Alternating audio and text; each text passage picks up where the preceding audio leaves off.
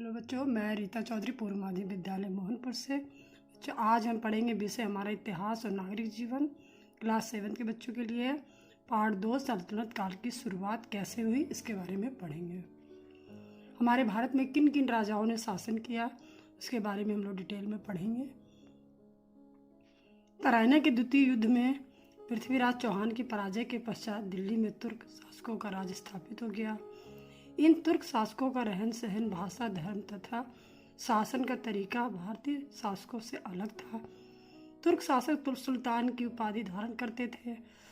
उन्होंने दिल्ली को शासन का केंद्र बनाया और लगभग 320 साल तक शासन किया।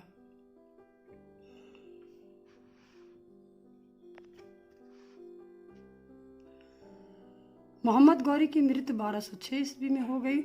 उसके मृत्यु के समय तक लगभग पूरा उत्तर भारत उसके अधीन हो चुका था। उसने भारत में शासन चलाने के लिए मुगल अधिकारी नियुक्त कर रखे थे। इन्हीं में से एक गुलाम अधिकारी कुतुबुद्दीन ऐबक था।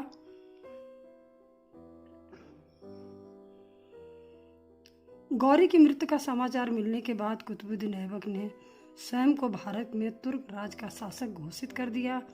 यह तुर्क राज अब तुर्क सल्तनत कहलाया।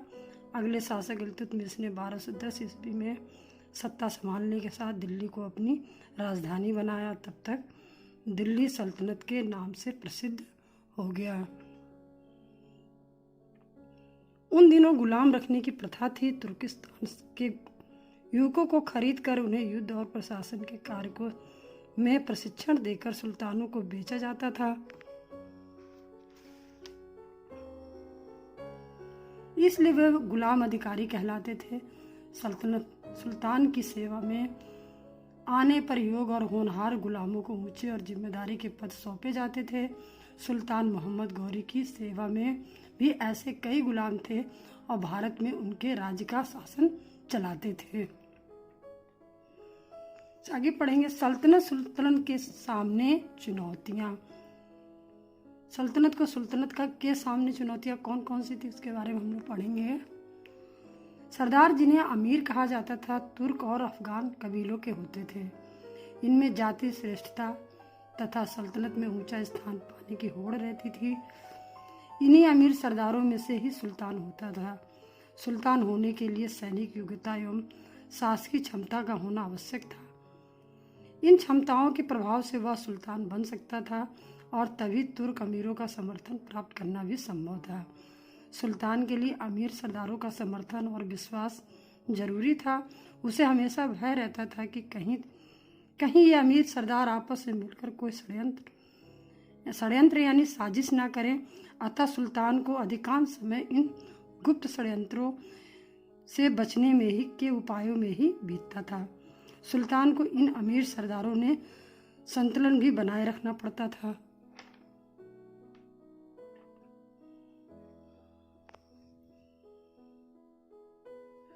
सुल्तानों को इन अमीर सरदारों में संतुलन बनाए रखना पड़ता था। सुल्तान इस्लामी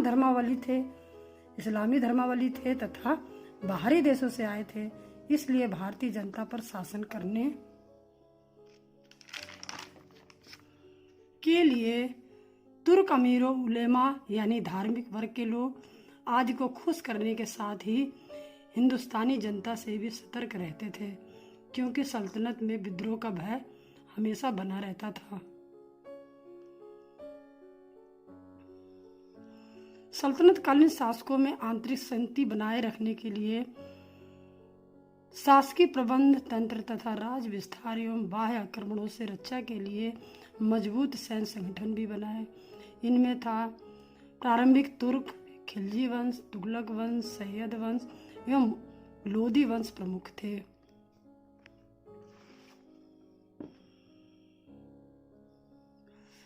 प्रारंभिक तुर्क शासक गुलाम वंश 1206 ईस्वी में से 1290 ईस्वी तक थे।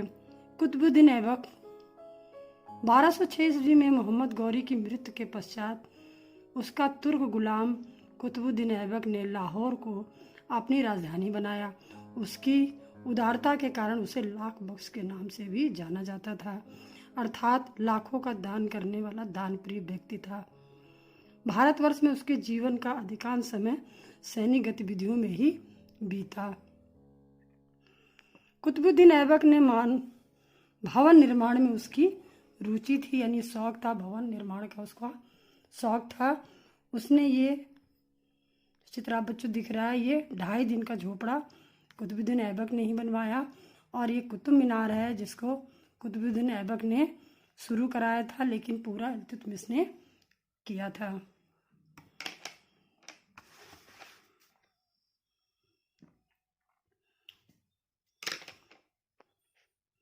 उसने दिल्ली में कुतुब मीनार, कुवत उल इस्लाम मस्जिद और अजमेर में 2.5 दिन का झोपड़ा का निर्माण कराया। कुतुब मीनार की शुरुआत ऐबक ने की थी, परंतु उसको पूर्ण इल्तुतमिश ने कराया। कुतुबुद्दीन ऐबक ने भारत में एक नए राज्य की नींव अवश्य डाली, पर उस राज्य को सुदृढ़ बनाने का अवसर नहीं मिल पाया। कुतुबुद्दीन ऐबक की मृत्यु 1210 ईस्वी में चौगान खेलते हुए घोड़े से गिरकर हो गई थी।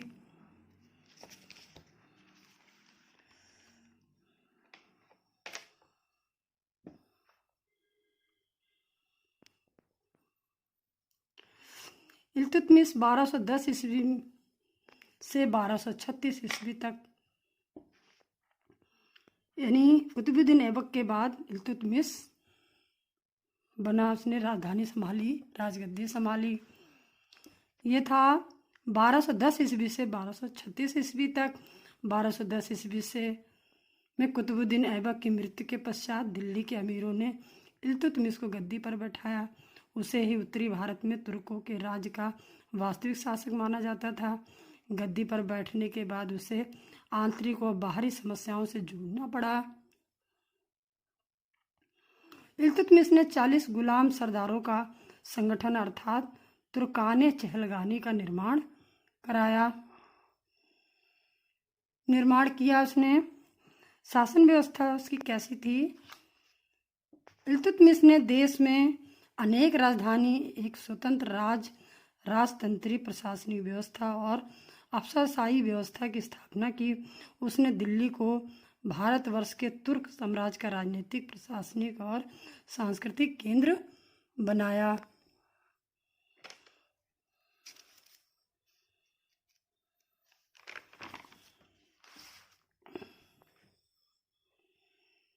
उसने इक्ता व्यवस्था के द्वारा केंद्र को प्रांतीय और स्थानीय शासन से जोड़ने की नींव डाली।